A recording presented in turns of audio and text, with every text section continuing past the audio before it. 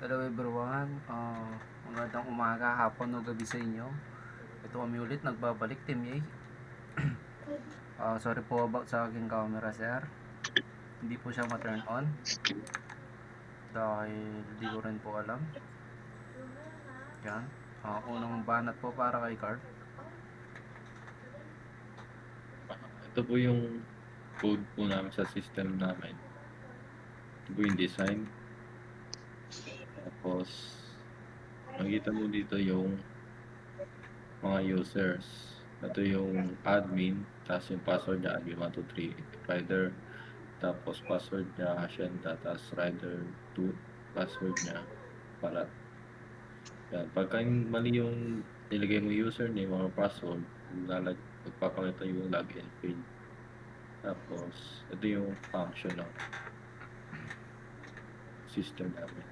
Tapos, papakita ko yung output. Ang i-explain ni Jasper.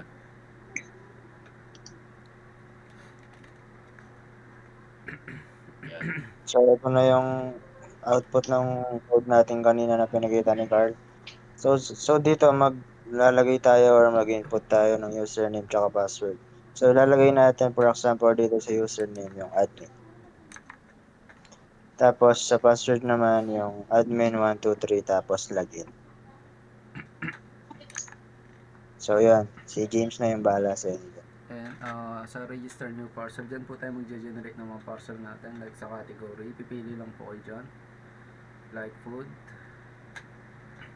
And then enter lang po kayo sa amount.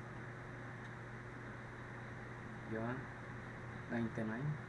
Yan, 200. 20. Kayo na po bahala. Generate parcel. And then, ayan, nasa inventory list na po siya. And then, generate pa po tayo ng isa sa Hacienda. Like clothes. 69. Yan, generate parcel. Yan. Nadagdag na po siya sa ating inventory list. And mag-add pa po tayo ng isa sa, sa palat. Like clothes din po. Then, iba na lang yung presyo. Like 199. Yan, generate parcel. Yan, as you can see po, dalawa po yung sa Hacienda Dolores natin at isa lang po yung sa Palat. Dahil i-demo po yung sa isang Hacienda Dolores sa edit and delete. Yan. At sa about po sa edit, si Reyna po yung dyan, explain. So, lagay mo na yung ipagatang update card. So, yan, pag in-update mo siya, mapupunta siya nun sa rider. Then, yung sa delete naman, bahala na dyan si Kaitan. So, delete naman po if, kunwari is, yung order is pinapa-cancel. Pwede nyo pong i-delete yung isang parcel. And, yun lang naman po yung, ng delete. Yun lang po yung function niya. Thank you po. Tapos yung kasunod po is about naman po sa mga rider is si Jeremy. Salamat po. So dito, another response na naman. Ang lalagay natin sa username is rider1. Tapos sa password, Hacienda. Then, login.